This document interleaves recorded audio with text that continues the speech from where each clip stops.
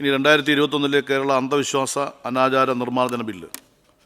Shri KD Prasenan 2021 August 6-ാം തീയതി ഈ ബില്ലിൻ്റെ അവതരണാനുമതിക്കുള്ള ഉപക്ഷേപം അവതരിപ്പിക്കുകയും മുഖ്യമന്ത്രിക്ക് വേണ്ടി ബഹുമാനപ്പെട്ട പട്ടികജാതി പട്ടികവർഗ പിന്നോക്ക വിഭാഗക്ഷേമവും ദേവസ്വവും പാർലമെൻ്ററി കാര്യവും വകുപ്പ് മന്ത്രി ഉപക്ഷേപത്തെ എതിർക്കുകയും ചെയ്തിരുന്നു.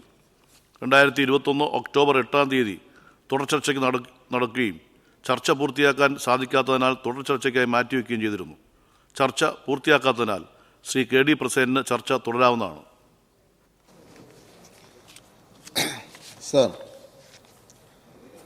ഇത്തരം ഒരു ബില്ലിൻ്റെ പ്രസക്തിയെ സംബന്ധിച്ച് ആർക്കും സംശയമുണ്ടാവില്ല, ഒരു തർക്കവും ഉണ്ടാവാൻ സാധ്യതയുമില്ല. ഇപ്പോൾ കേരളത്തിൽ നമ്മൾ ആധുനിക സമൂഹത്തിലെത്തി എന്ന് അഹങ്കരിച്ച് നടക്കുകയാണ്. നമ്മൾ നേടിയ ആധുനിക ഉപകരണങ്ങളും റോഡും മറ്റനുബന്ധ സൗകര്യങ്ങളും ചൂണ്ടിക്കാണിച്ച് ആധുനികരായി എന്ന് സ്വയം മേനി നടിക്കുന്ന ഒരു കാഴ്ചയാണ് ഇപ്പോൾ കേരളത്തിൽ കാണുന്നത്. അതേസമയം അവബോധപരമായി ആധുനികതയെ തിരസ്കരിക്കുന്ന ഒരു സമൂഹമായി കേരളം മാറുന്നുണ്ടോ എന്ന ഭയമാണ് ഈ ബില്ലിലേക്ക് എന്നെ നയിച്ചത്. സർ, നവോത്ഥാന പ്രസ്ഥാനങ്ങളും നവോത്ഥാന നായകരുമെല്ലാം ചെയ്തിരുന്നത് പാരമ്പര്യത്തിൻ്റെ പരിവേഷത്തിനുള്ളിൽ മാനവികത, സമത്വം, ജനാധിപത്യം, സാഹോദര്യത്യം എന്നീ ആധുനിക മൂല്യങ്ങളെ തിരികെ കയറ്റി പാരമ്പര്യത്തിൻ്റെ ഭാഗമായിരുന്ന അനാചാരങ്ങളെ മറികടക്കാൻ സമൂഹത്തെ സഹായിക്കുകയായിരുന്നു. അതാണ് ഇന്ത്യൻ നവോത്ഥാനത്തിൻ്റെ ചരിത്രം. അതിൽ മഹാത്മാഗാന്ധിയും ശ്രീനാരായണ ഗുരുവുമെല്ലാം ഏറ്റവും ജനകീയമായ ഇടപെടൽ നടത്തിയവരാണ്. ഈ പാരമ്പര്യത്തിൻ്റെ പരിവേഷത്തിനകത്തേക്ക് മാനവതയെ, ഈ പറഞ്ഞ ആധുനിക മൂല്യങ്ങളെയും അവർ കയറ്റിവിടുകയാണ് ചെയ്തത്. മഹാത്മാഗാന്ധി ഗീതോപദേശത്തിൻ്റെ ഈ സാമൂഹ്യ നീതിക്കും അഹിംസയ്ക്കും വേണ്ടി ഗീതോപദേശത്തെ തന്നെ അദ്ദേഹം ഉപയോഗപ്പെടുത്തുകയുണ്ടായി. ഒരു ഘട്ടത്തിൽ പ്രസിദ്ധ ചരിത്രകാരൻ ഇർഫാൻ ഹബീബ് അതിനെ സംബന്ധിച്ച് പറഞ്ഞത്, ഗീതയിലില്ലാത്തതെല്ലാം മഹാത്മാവ് ഗീതയിൽ ഉൾച്ചേർത്തു എന്നതാണ്. അത്രമാത്രം അവധാനതയോടുകൂടിയാണ് ഈ സമൂഹത്തിൻ്റെ ഈ പ്രശ്നങ്ങളെ മറികടക്കാൻ അവർ പരിശ്രമിച്ചിരുന്നത്. അപ്പോൾ എന്നാൽ ഇപ്പോൾ ചെയ്യുന്നതെന്താ?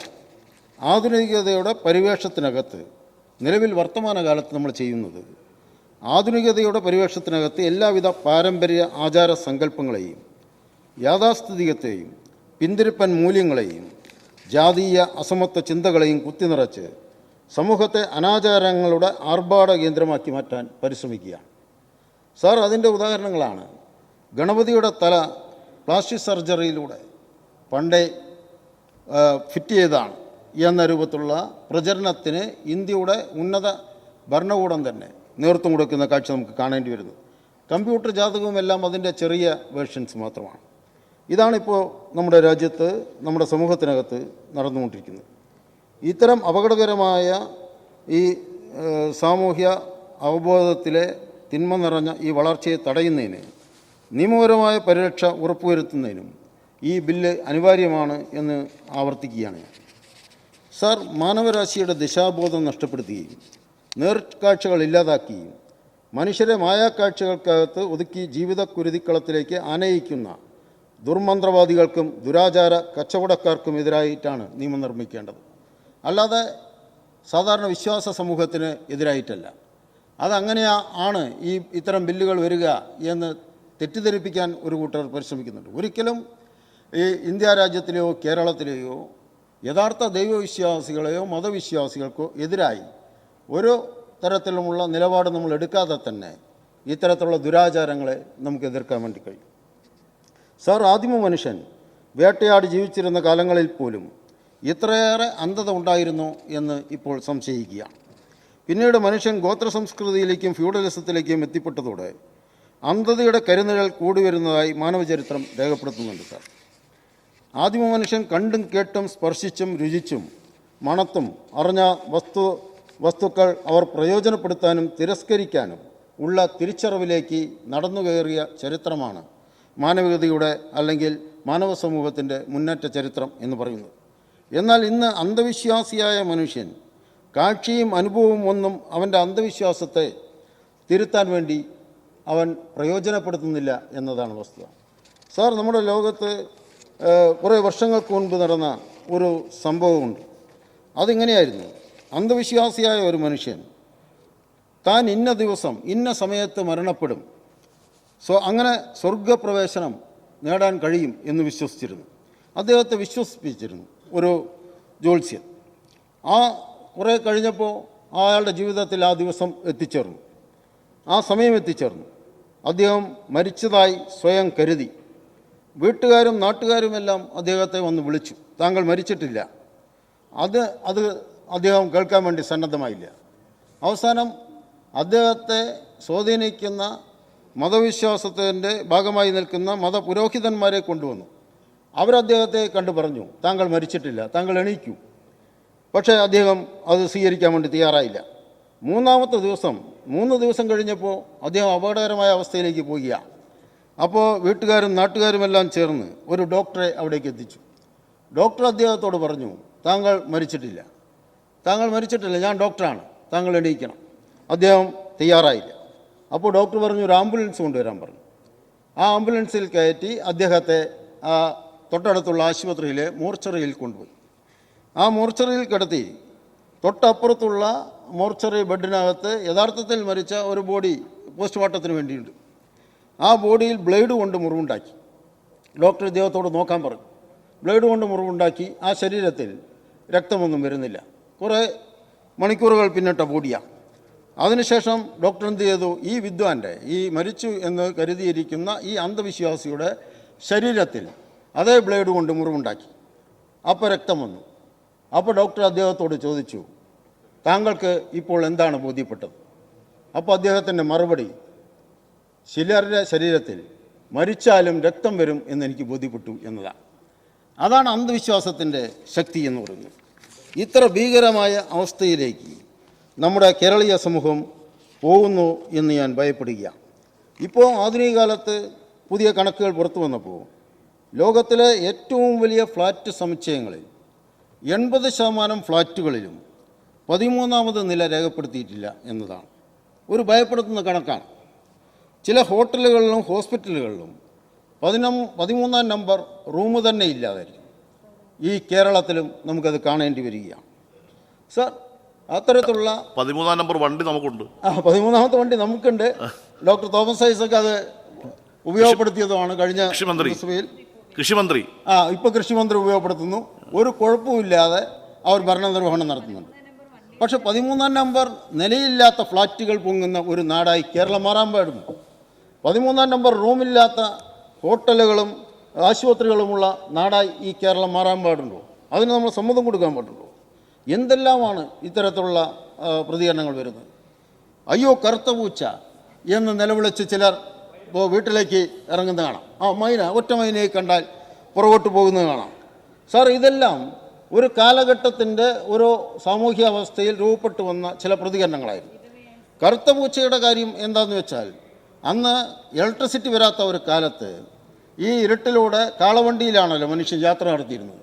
കാളവണ്ടിയിലൂടെ യാത്ര നടത്തുമ്പോൾ ഇരുട്ട് കൂടിയ പ്രദേശത്ത് ഈ കറുത്ത പൂച്ചയുടെ കണ്ണിലെ തിളക്കം വല്ലാത്ത ഒരു തിളക്കമാണ്. അത് കണ്ടാൽ ഈ മൂരികൾ ഭയപ്പെടും. അതുകൊണ്ട് അവിടെ യാത്ര നിർത്തിവെക്കും. ഞാൻ തുടരുന്നില്ല, ഞാൻ അവസാനിപ്പിക്കാൻ പോകും. അതുകൊണ്ടാണ്. അപ്പോൾ കൺക്ലൂഡ് ചെയ്യാം. ആ ഒരു അവസ്ഥയിലാണ് അവർ യാത്ര നിർത്തിവെച്ചിരുന്നത്. പക്ഷേ ഇപ്പോൾ ഇവിടെ ഇടപെടുന്നുണ്ട്. ഇപ്പോൾ അതിനെ അന്ധവിശ്വാസത്തിൻ്റെ ഭാഗമായി മാറ്റിയാണ്. ഇത് രാജഗോപാലും ശാന്തകുമാരി ഓരോ മിനിറ്റ് എന്നിട്ട് ഞാൻ കൺക്ലൂഡ് പറയും. സർ, വളരെ പ്രസക്തമായിട്ടുള്ള ഒരു അവതരണമാണ് ഇവിടെ നടക്കുന്നത്. അതീവ സങ്കീർണമായിട്ടുള്ളൊരു സാംസ്കാരിക സാമൂഹ്യ ചുറ്റുപാടിലാണ് ഈ അനൗദ്യോഗിക ബില്ലിനെ കുറിച്ച് ചർച്ച ചെയ്യുന്നത്. ഈ നവീന ശാസ്ത്രീയ യുഗത്തിൽ മതവും രാഷ്ട്രീയവും കൂട്ടിക്കലർത്തുകയാണ്, മതത്തെ വർഗീയവൽക്കരിക്കുകയാണ്, വിശ്വാസത്തെ വിൽപ്പന ചരക്കാക്കുകയാണ്. ഈ ഒരു സാമൂഹ്യ അന്തരീക്ഷത്തിൽ മതേതരത്വവും അന്ധവിശ്വാസത്തിനെതിരെയും അനാചാരത്തിനെതിരായ നിലപാട് സ്വീകരിക്കേണ്ടുന്ന ഒരു മതേതര ഭൗതിക രാഷ്ട്രത്തിൽ ഇപ്പോൾ ഈ സിലബസ് പരിഷ്കരണവുമായി ബന്ധപ്പെട്ട് അന്ധവിശ്വാസത്തിലധിഷ്ഠിതമായിട്ടുള്ള രീതിയിൽ ഡാർവിൻ്റെ പരിണാമ സിദ്ധാന്തം നിഷേധിക്കുകയും മറ്റു പല വിശ്വാസത്തെ മുൻനിർത്തിയുള്ള ഇടപെടലുകൾ നടത്തിക്കൊണ്ടിരിക്കുകയാണ്. ഇതിനെ എങ്ങനെ നിങ്ങൾ നോക്കിക്കാണുന്നത്? ഒപ്പം കേരളത്തിലുൾപ്പെടെ മാധ്യമങ്ങളുടെ ഭാഗത്തുനിന്നുണ്ടാകുന്ന സമീപനമാണ്. പരസ്യവുമായി ബന്ധപ്പെട്ട് വലംപിരി ശങ്ക്, മനുഷ്യൻ്റെ നിസ്സഹായാവസ്ഥ വർദ്ധിപ്പിക്കുമ്പോഴാണ് ഈ വിശ്വാസം കൂടി വരിക. അപ്പം അതിനെല്ലാം സഹായകരമായ രീതിയിലുള്ള പുതിയ പ്രചരണങ്ങൾ ശക്തമായി കെട്ടഴിച്ച് വിടുന്ന വർത്തമാനകാലത്ത് അതിനോട് എങ്ങനെയാണ് നിങ്ങളുടെ പ്രതികരണം? സർ, ആധുനിക വൈദ്യശാസ്ത്രം അതിൻ്റെ അനന്ത സാധ്യതയിലേക്ക് മുന്നോട്ട് പോയിക്കൊണ്ടിരിക്കുന്ന ഒരു പ്രത്യേക കാലഘട്ടമാണ് നമ്മുടെ വർത്തമാന കാലഘട്ടം. കേരളം അക്കാര്യത്തിൽ വലിയ സാധ്യതകൾ, ഇപ്പോൾ അവയവമാറ്റവും ഹൃദയമാറ്റമടക്കം നമ്മൾ നേരിട്ട് ചെയ്യുന്ന രീതിയിൽ, അതായത് സർക്കാർ നേരിട്ട് ചെയ്യുന്ന രീതിയിലേക്ക് വന്നു കഴിഞ്ഞു. വിവിധ ബ്രാഞ്ചസ് ഓഫ് മെഡിസിൻ വ്യാപകമാണ്. ആളുകളുടെ താല്പര്യമനുസരിച്ചുകൊണ്ടൊക്കെയാണ് അക്കാര്യത്തിൽ ചികിത്സാ രീതികൾ തിരഞ്ഞെടുക്കപ്പെടുന്നത്. പക്ഷേ അടുത്ത കാലഘട്ടങ്ങളിൽ നമ്മൾ കാണുന്നത് കോവിഡ് എന്ന് പറയുന്ന മഹാമാരി നമ്മുടെ രാജ്യത്ത് കടന്നു വന്നപ്പോൾ ശരീരത്ത് ചാണകം തേക്കണമെന്നും ടോർച്ചടിക്കണമെന്നും കിണ്ണം കൊട്ടണമെന്നുമുള്ള അന്ധവിശ്വാസങ്ങൾ നമ്മൾ കണ്ടതാണ്. അതുപോലെ അടുത്ത കാലത്തായി സർ ഏറ്റവും പ്രസക്തമായൊരു കാര്യം, ഉത്തർപ്രദേശിൽ നിന്നൊരു വാർത്ത, ഒരമ്മ സ്വന്തം മകൻ 5 വയസ്സായ മകന് ക്യാൻസർ ബാധിതനായി, ബ്ലഡ് ക്യാൻസറാണ്. എന്നിട്ട് ഗംഗാനദിയിൽ മുങ്ങിയാൽ ആ കുട്ടി രക്ഷപ്പെടും എന്ന രീതിയിലുള്ള വലിയൊരു അന്ധവിശ്വാസം ഈ പുരോഗമന നമ്മുടെ സമൂഹത്ത്, ഇത് ആ സംസ്ഥാനത്താണെങ്കിൽ ഇതിൻ്റെ ഇഫക്റ്റ് നമ്മുടെ കേരളത്തിൽ വരുന്നു. അവസാനം കുട്ടിയെ നാട്ടുകാർ നോക്കി നിൽക്കെ വെള്ളത്തിൽ മുക്കുന്നു സർ, അതിൻ്റെ ഭാഗമായ കുട്ടി മരണമടയുകയാണ്, ആർക്കറിയാത്ത. അപ്പോൾ ഇത്തരത്തിലുള്ള വലിയ അന്ധവിശ്വാസങ്ങളൊക്കെ നമ്മുടെ നാട്ടിൽ നടക്കുന്നു. അത് ഇനി കേരളത്തിലേക്കും വരും എന്ന രീതിയിലേക്ക് പല കാര്യങ്ങളും പോകുന്നുണ്ട്. അതുകൊണ്ട് അത്തരം വിഷയങ്ങളടക്കം ഇതിൻ്റെ ഭാഗമായി ചർച്ച ചെയ്ത് അവസാനിപ്പിക്കേണ്ടതല്ലേ എന്ന് താങ്കൾക്ക് അഭിപ്രായമുണ്ടോ? സർ, അനൗദ്യോഗിക അംഗങ്ങളുടെ കാര്യമാണെങ്കിലും വളരെ പ്രസക്തമായ ഒരു ബില്ല്. എനിക്ക് തോന്നുന്നു ഈ കാലഘട്ടത്തിന് ഏറ്റവും പ്രസക്തമായ ഒരു കൂട്ടം ബില്ലുകളാണ് ഇന്ന് ഈ നിയമസഭയിൽ വന്നിട്ടുള്ളത്. അതുകൊണ്ട് തന്നെ അദ്ദേഹം അത് തുടർ ചർച്ചയിലേക്ക് പോകുന്നില്ല എന്ന് പറഞ്ഞപ്പോൾ ഇത് തുടർ ചർച്ച വേണ്ട ഒരു വിഷയം തന്നെയാണ്. പ്രത്യേക നിയമനിർമ്മാണങ്ങൾ വേണ്ട വിഷയമാണ്. പക്ഷേ ഒരു കാര്യം പറയാതിരിക്കാൻ കഴിയില്ല, വെള്ളിയാഴ്ച ദിവസമാണ്. ഏറ്റവും ശ്രദ്ധേയമായ തൊഴിലാളികളുടെ ക്ഷേമമൊക്കെ മുൻനിർത്തി ഒട്ടേറെ ബില്ലുകൾ വന്നു. പക്ഷേ അംഗങ്ങൾ ഈ ബില്ലുകളിൽ മേലുള്ള ഗൗരവം ദയവേത് നിയമസഭ 10-40 മിനിറ്റൊക്കെ എടുത്ത് ബില്ലുകൾ ചർച്ച ചെയ്ത് ഞാൻ ഓർക്കുന്നു കഴിഞ്ഞ നിർമ്മാണ സഭയിൽ. അപ്പം നമ്മളെയൊക്കെ സംബന്ധിച്ച് നിയമനിർമ്മാണത്തിനാണ് നമ്മളെല്ലാവരും വരുന്നത്. 365 ദിവസത്തിൽ നമുക്ക് 100 ദിവസത്തോളം മാത്രമേ സഭയുള്ളൂ. ദയവേത് ഇത്തരം ഈ നിയമനിർമ്മാണങ്ങളുടെ ചർച്ചയുടെ ഗൗരവം ഒട്ടും കളയാതെ മുന്നോട്ട് കൊണ്ടുപോകുന്നതിന് വേണ്ടി കൂടിയുള്ള ശക്തമായ ഇടപെടലുകൾ വേണമെന്നാണ് എനിക്ക് സൂചിപ്പിക്കാനുണ്ടോ. അനൗദ്യോഗിക അംഗങ്ങളുടെ ദിവസമാണ് വെള്ളിയാഴ്ച എന്ന് പറഞ്ഞാൽ, അല്ല MLA-മാർ ആ ഗൗരവം കാണുന്നില്ല എന്നുള്ള അംഗത്തിൻ്റെ പിന്നെ അഭിപ്രായത്തോട് ചേർന്ന് ചോദിക്കുന്നു. പൊതുവായി ഇവിടെ ഇരിക്കുന്നവർ വളരെ തുടരണം എന്ന ആഗ്രഹം പൊതുവായിട്ട് വരാറുണ്ട്. പക്ഷേ അതെന്തുകൊണ്ടാണെന്ന് ഞാൻ അവസാനം പറയാം.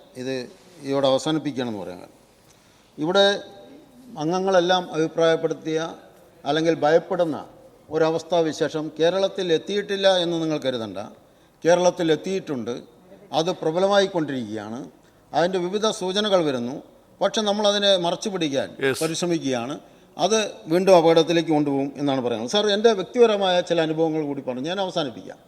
ഞാനൊരു ആശുപത്രിയിൽ നിൽക്കുമ്പോൾ കുറച്ച് വർഷങ്ങൾക്ക് മുമ്പാണ് അവിടെ ഒരു പ്രസവത്തിന് അഡ്മിറ്റ് ചെയ്ത ഒരു സ്ത്രീയെ അവർക്ക് നാച്ചുറലായിട്ട് പ്രസവം നടത്താൻ കൂട്ടുനിൽക്കുന്ന ഒരു ഡോക്ടറാണ് അവിടെ ഉള്ളത്.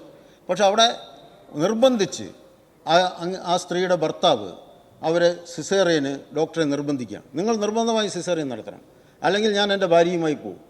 അവസാനം ഭയങ്കര ബഹളം നടക്കുക. എന്താണ് സംഗതി എന്ന് പറഞ്ഞാൽ, ഇന്ന നിമിഷത്തിൽ ഇന്ന സമയത്ത് കുട്ടിയെ പുറത്തെടുത്താൽ അന്നുള്ള നാള് ഏറ്റവും മികച്ച നാളിൽ എൻ്റെ മകൾ വരും. അങ്ങനെ മകൾ വരാതിരിക്കാൻ സ്വന്തം ഭാര്യ മരിച്ചാലും വിരോധമില്ല, ഈ സിസേറിയൻ നടത്തണം എന്ന് നിർബന്ധിക്കുന്ന മനുഷ്യനെ കാണേണ്ടി വന്ന ഒരു വ്യക്തിയാണ് ഞാൻ. സാർ, അതുപോലെ തന്നെ മറ്റൊന്നുകൂടി ഞാൻ പറയാം. ഇപ്പോൾ ഇവിടെ നമ്മുടെ ഈ ബില്ല് ഞാൻ അവതരിപ്പിച്ച ദിവസത്തിലെ അനുഭവം കൂടി പറയാം. ഞാൻ ഈ സഭയ്ക്കകത്ത് ഈ ബില്ല് അവതരണാനുമതി തേടിയപ്പോൾ ഗവൺമെൻറ്റിൻ്റെ ഭാഗത്തു നിന്ന് മുഖ്യമന്ത്രിക്ക് വേണ്ടി സംസാരിച്ചപ്പോൾ പറഞ്ഞു, ഗവൺമെൻറ് വളരെ സീരിയസ് ആയി ഈ ആശയത്തെ കാണുന്നു, ഒരു ബില്ല് ഔദ്യോഗികമായി തന്നെ കൊണ്ടുവരാൻ അതിൻ്റെ പണിപ്പുരയിലാണ്, അതുകൊണ്ട് ഇപ്പോൾ ഔദ്യോഗിക ബില്ല് ഇത് സ്വീകരിക്കേണ്ടതില്ല എന്ന് പറഞ്ഞു. അത് അഡ്മിറ്റ് ചെയ്തു. പക്ഷെ പുറത്തിറങ്ങി അന്നൊരു 24 മണിക്കൂറിനുള്ളിൽ രാത്രി വരെ നിരന്തരമായ ഫോൺ കോളുകളായിരുന്നു. ആ ഫോൺ കോളുകളെല്ലാം ഈ ബില്ലിനെതിരായിട്ടുള്ള ഫോൺ കോളുകളായിരുന്നു. വിവിധ സമുദായത്തെയും വിവിധ സംഘടനകളെയും പ്രതിനിധീകരിക്കുന്ന ആളുകൾ, പലരുടെയും ഭാഷ ഭീഷണിയായിരുന്നു. അവരെല്ലാം പറഞ്ഞത്, ഓരോരുത്തരും പറഞ്ഞത്, ഇത് ഞങ്ങളുടെ സമുദായത്തെ മാത്രം ബാധിക്കുന്നതാണ്, ഞങ്ങളുടെ മതവിശ്വാസത്തെ മാത്രം ബാധിക്കുന്നതാണ്. താങ്കൾ മറ്റുള്ളവർക്ക് വേണ്ടി സംസാരിക്കുകയാണ്. ഇങ്ങനെ പറഞ്ഞിട്ടാണ് പരസ്പരം ഓരോരുത്തരും ഈ ബില്ലിലെ ചില അംശങ്ങൾ എടുത്തു കാട്ടി അതാത് വിഭാഗത്തിൻ്റെ വിശ്വാസത്തിനെതിരാണ് എന്ന് സമർത്ഥിക്കാൻ നോക്കിയാൽ. അപ്പോൾ ഞാൻ ആ ഫോൺ കോളുകളെല്ലാം അറ്റൻഡ് ചെയ്തു. പക്ഷേ അന്ന് വളരെ അപൂർവമായി മാത്രമാണ് അതിനനുകൂലമായ ചില ഫോൺ കോളുകൾ വന്നു. എന്നാൽ ഈ പന്തീരാങ്കാവിലെ വിവിധ ദുരഭിമാന കൊലകൾ നടന്നതിന് ശേഷം എനിക്കുണ്ടായ അനുഭവം എന്ന് പറയുന്നത് ഈ ബില്ല് എവിടെ ഈ ബില്ല് നടന്നതിന് ശേഷം ഈ ബില്ലിനെ സംബന്ധിച്ച് അറിയാൻ നിരവധി ആളുകൾ, പുരോഗമനവാദികൾ എന്ന് പറയുന്നവർ നിരവധി തവണ വിളിക്കുകയും സെമിനാറിലേക്ക് ക്ഷണിക്കുകയും ഒക്കെ ചെയ്യുന്നു. അപ്പോൾ വേണ്ട സമയത്ത് നമ്മളിതിന് പ്രതികരിക്കാൻ തയ്യാറാവുന്നില്ല. ഇലന്തൂരിലെ നരബലി നടന്നപ്പോഴാണ് അത്തരം അനുഭവം ഉണ്ടായത്. ഇത്തരത്തിലുള്ള അവസ്ഥയല്ല ഉണ്ടാവേണ്ടത്. വളരെ ഗൗരവത്തിൽ ഇത്തരം വിഷയങ്ങളെ നോക്കിക്കണ്ട് നമ്മൾ ഈ ബില്ലിനെ സമീപിക്കണം. ഗവൺമെൻറ് ഉചിതമായ തീരുമാനത്തിലേക്ക് എത്തിച്ചേരും എന്ന പ്രതീക്ഷയോടുകൂടി ഞാൻ ചർച്ച ചുരുക്കുക. ബഹുമാനപ്പെട്ട മുഖ്യമന്ത്രിക്ക് വേണ്ടി ബഹുമാനപ്പെട്ട പൊതുവിദ്യാഭ്യാസത്തുള്ള മന്ത്രി sir, KD Prasenan MLA notice നൽകിയിട്ടുള്ള 2021 കേരള അന്ധവിശ്വാസ അനാചാര നിർമ്മാർജ്ജന ബില്ലിൽ വർദ്ധിച്ചു വരുന്ന അന്ധവിശ്വാസ പ്രവൃത്തികളും അനാചാരങ്ങളും അതുമായി ബന്ധപ്പെട്ട ചൂഷണങ്ങളും ഇല്ലാതാക്കുന്നതിന് നിർദ്ദേശിച്ചിട്ടുള്ളതാണ്. ഇത്തരമൊരു നിയമനിർമ്മാണത്തോട് പൊതുവിൽ യോജിപ്പാണുള്ളത്. അന്ധവിശ്വാസവും അനാചാരങ്ങളും സംബന്ധിച്ച് ജനങ്ങളിൽ ശരിയായ അവബോധം സൃഷ്ടിക്കുന്നതിനും മനുഷ്യത്വരഹിതമായ ദുരാചാര പ്രവൃത്തികൾ തടയുന്നതിനും ഇത്തരം ദുരാചാരങ്ങൾ വഴിയുള്ള ചൂഷണം ഇല്ലാതാക്കുന്നതിനുമുള്ള ഒരു നിയമനിർമ്മാണം നടത്തുന്നതിന് നിയമപരിഷ്കാര കമ്മീഷൻ ശുപാർശ ചെയ്തിരിക്കുന്നു. പ്രസ്തുത ശുപാർശയുടെ അടിസ്ഥാനത്തിലുള്ള നടപടികൾ സർക്കാരിൻ്റെ പരിശോധനയിലാണ്. സംസ്ഥാനത്ത് നിലനിൽക്കുന്ന സാംസ്കാരികവും സാമൂഹികവുമായ വൈവിധ്യങ്ങളും തുറന്നു വരുന്ന ആചാരങ്ങളും ഉൾക്കൊണ്ടുകൊണ്ടും എല്ലാ വിഭാഗങ്ങളുടെയും അഭിപ്രായങ്ങൾ കൂടി തേടിയ ശേഷം മാത്രമേ പ്രായോഗികമായും സമഗ്രവുമായിട്ടുള്ള നിയമനിർമ്മാണം ഇക്കാര്യത്തിൽ സാധ്യമാകുകയുള്ളൂ. നിയമപരിഷ്കാര കമ്മീഷൻ ശുപാർശ സർക്കാരിൻ്റെ പരിശോധനയിലുള്ള വിഷയമായതിനാൽ ഈ ബിൽ പരിഗണിക്കേണ്ടതില്ല. ശ്രീ KD പ്രസേനൻ അങ്ങ് വിഷയം പ്രസ് ചെയ്യുന്നുണ്ടോ? പ്രസ് ചെയ്യാത്ത പക്ഷം സഭയുടെ അനുമതിയോടെ വിഷയം പിൻവലിച്ചിരിക്കുന്നു.